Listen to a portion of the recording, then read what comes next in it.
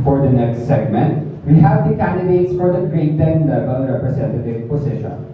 You will be given 1 minute to introduce yourselves, starting with Magracia, followed by Tanyo, then by Abadilla. Magandang araw po sa inyong lahat. Ako po si Rayami B. Magracia, ang current president ng Life Family. Tumatakbo bilang grade 10 level representative. Isa sa dahilan kung bakit ako karapat-dapat para sa posisyon ay dahil sa ako ay isang responsabling estudyante at maraming karanasan bilang mabuti at epektibong pinuno sa tulong ng aking mga kamag-aral na siyang tumulong at humubog sa akin. Ako po ay may mabuting hangarin para sa aming batchmates, katulad ng pagpapatatag ng sportsmanship at magkaroon ng friendly environment ng aming mga kamag-aral. Sunod na dito ay ang gawing prioridad ang aming mental health. Ito ay hindi lang nakapokus sa mga estudyante, kundi maging ang ating mga guro. At pagdating naman sa hygiene supply, ay kailangan siguraduhin natin na tayo ay may kanilang supply sa bawat room, katulad ng face mask at alcohol. At higit sa lahat, ang kakulangan sa partisipasyon na kung saan ay naniniwala ko na isa ka dapat sa magiging huwarang modelo. Nilamang po ang maraming salamat.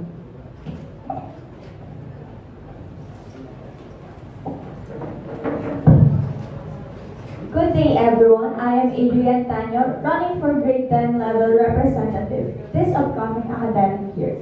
I am aiming for a tighter teamwork between us students as well as everyone that makes LPSci a whole.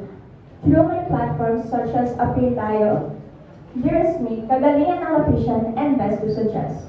Not only will I be a leader with great eagerness to give her utmost effort to leading her fellow students, I will also be a leader who is open for feedback, to strive and improve, to serve you better. Allow me to represent you this upcoming school year so that we can be better together. Ipaglalaban kita. And with every kaya ba natin, we will choose to say, kakayanin natin. Once again, I am Adrian Tanyo, running eagerly and independently for grade 10 level representative.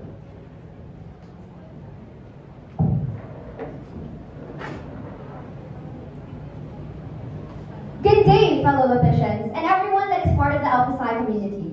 I am Angela Badilla, and you might know me as I'm, and I'm running for the position of grade 10 level rep of the Yukto party. As a Lapishan, I stand by my motto that the steps forward will always be smaller than the shadow that leads all the way down. I believe that each step forward becomes easier as we learn about the past steps that we took. I believe that the scary shadows of what is left behind proves everything is worth stepping forward for. I, as a student of LPSci, have had moments where I stumbled and fell, maybe 3 steps back, or maybe 5 or 6. And the version of myself 3 years ago will probably not believe that I'm running for SSLG, but here I am, and I aspire to motivate others to be the best version of themselves.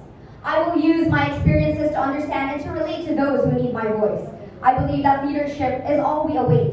We await for guidance and a voice to speak up, but I know a leader could never make it without the people they fight for. Again, my name is Ayn, and I need you to want me.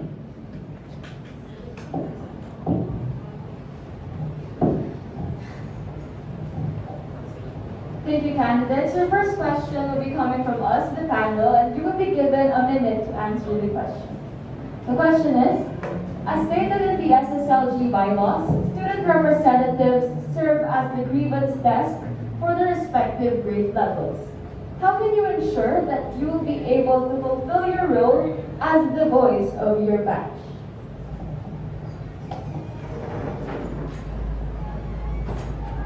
Bilang isang may karanasan na po sa ganitong larangan, katulad po ng pagiging isang president sa aming section, ay naniniwala ako na sa aking kayang-kakayahan at aking personality ay isa pong approachable and malapit po ako sa mga taong nakapaligid sa akin. And that's what makes me a good leader, like mapagsasabihan nila ng mga problema nila like a friend. Because I'm not just a leader, I'm also their friend. That's all. Thank you.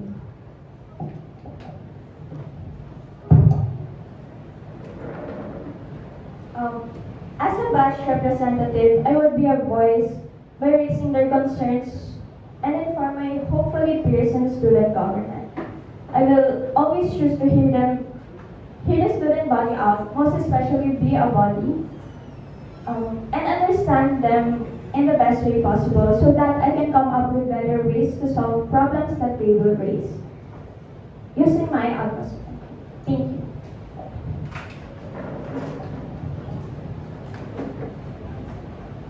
Before I become a voice, I need to become a listener and an observer. I think that being approachable is a very important aspect as well, since students do have their freedom of speech. There are many times that there are issues that are not voiced out, and this becomes my responsibility.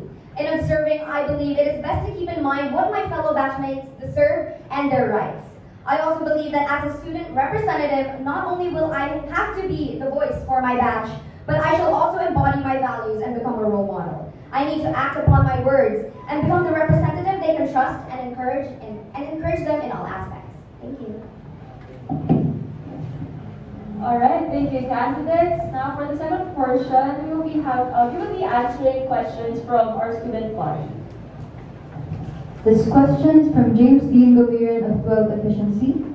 If you were to win this year's student council elections, how would you collaborate and work with your other peers in the SSLG, especially given that there are two opposing parties and independent candidates running? For me is that you have to be open. Kasi you have to take the criticism and also to work with them. It's maybe just kasi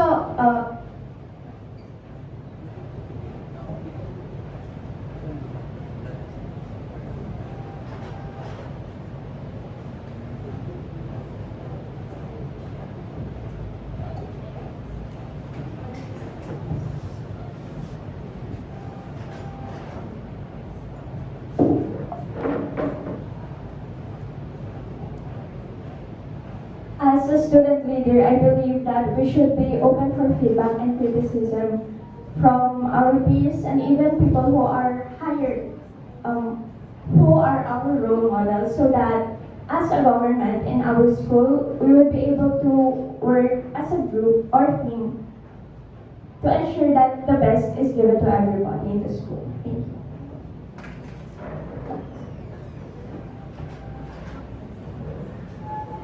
For me, I believe that it is important to show respect amongst each other, since we know that the future SSLG, a team, will be voted by the students themselves, which I believe is their right, and they know what is best for them or what they deserve and what they want as a student. Thank you.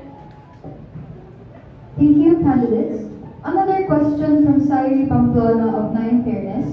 Suppose that you lost in this election. How would you still represent your batch and contribute to the betterment of the student body?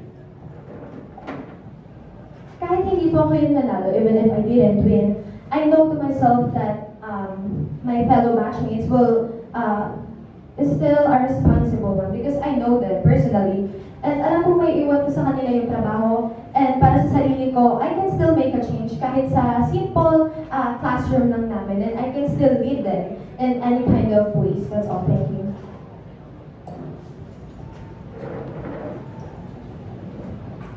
I believe po that if I would lose this election, I would choose to participate and be cooperative in the projects that the future student government will be giving, so that I can still set an example to my fellow students. Yes. Thank you.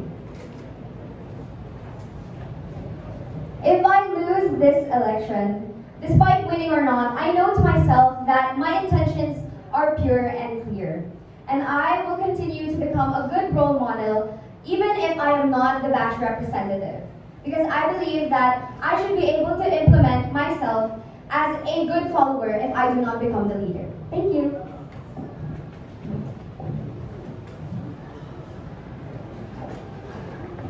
Thank you, candidates.